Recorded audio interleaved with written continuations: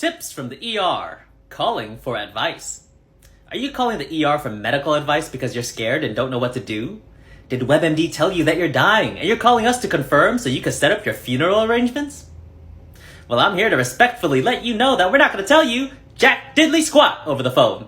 There's no way we're giving out medical advice without a proper medical assessment, and that means laying our pretty eyes and delicate hands on you. As much as we love listening to you explain your symptoms over the phone, there's no way we can give you an accurate evaluation from just your voice. You're gonna have to come see us if you want our help. We're super needy like that. Besides, we don't want to get sued by your baby mama if you die at home from medical advice given over the phone. We'd rather have you die here, so we don't get sued. It's a quick visit, 1 to 2 to 6 hours. You never know. It's like ER roulette. How fun. Tips from the ER. It's raining. You want to know how I know if you have a real emergency? If you manage to get your ass to the ER when it's raining. Because if there's one thing I've learned from working here, it's that you motherfuckers hate getting wet.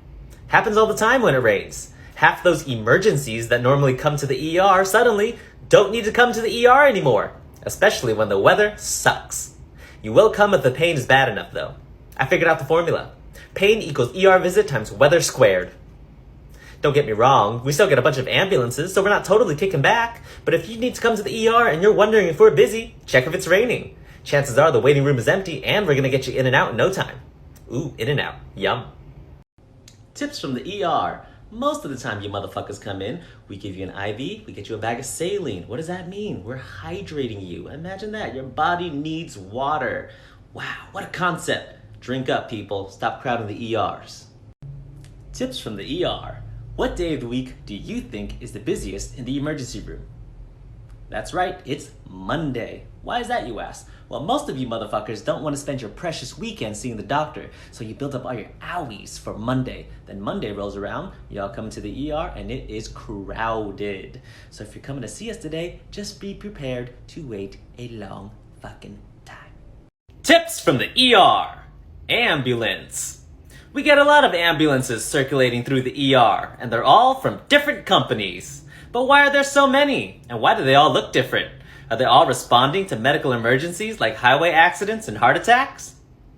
Not a chance, motherfuckers! Most ambulances will never respond to a 911 call. That's because most ambulances are used solely to transport patients to and from different facilities.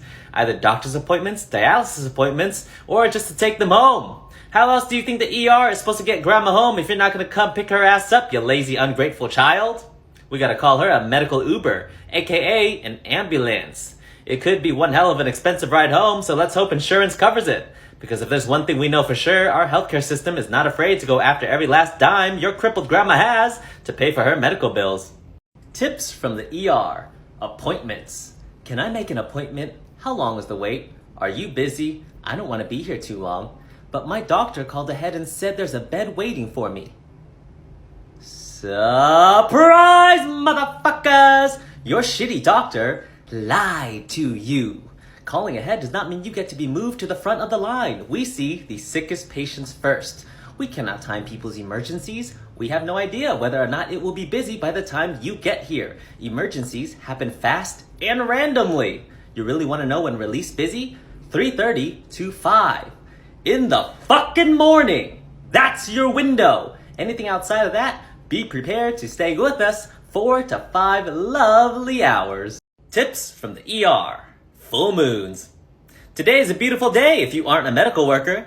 You get to wake up in the morning, drink some coffee, and go about your Sunday watching March Madness with the boys, getting drunk brunch with the girls, or just relaxing on the couch with your family.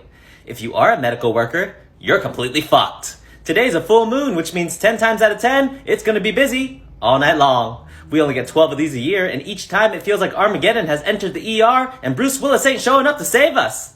It's gonna be busy as shit, so if you motherfuckers end up in the ER, be prepared to wait a long fucking time.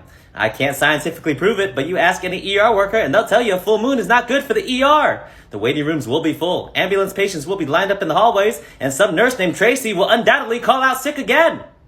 We're on to you, Tracy. We don't know how you still work here, but we're on to you.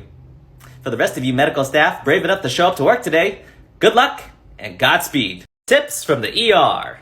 Urgent care. You really need to know that these things exist. I know you're injured. I know you feel shitty. But not everything is a life-threatening emergency that requires the ER, motherfuckers. That is why we have urgent care. They can treat your minor injuries, cuts, bruises, sprains, stomach aches. They're located everywhere, and they're way cheaper than an ER visit. Yes! Oh my god! So much cheaper! Save your money and go buy whatever Louis a fuck-ton bag item you want. I guarantee you can now afford it because you didn't spend thousands of dollars at the ER. And it gets better. The wait times at urgent cares are significantly less. You could be saving hours. Plus, you won't have to be in the ER watching homeless guy number 2 simultaneously piss and jerk himself. Impressive as that may seem.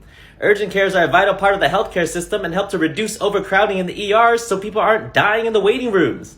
These are ER visits. For everything else, please consider urgent care.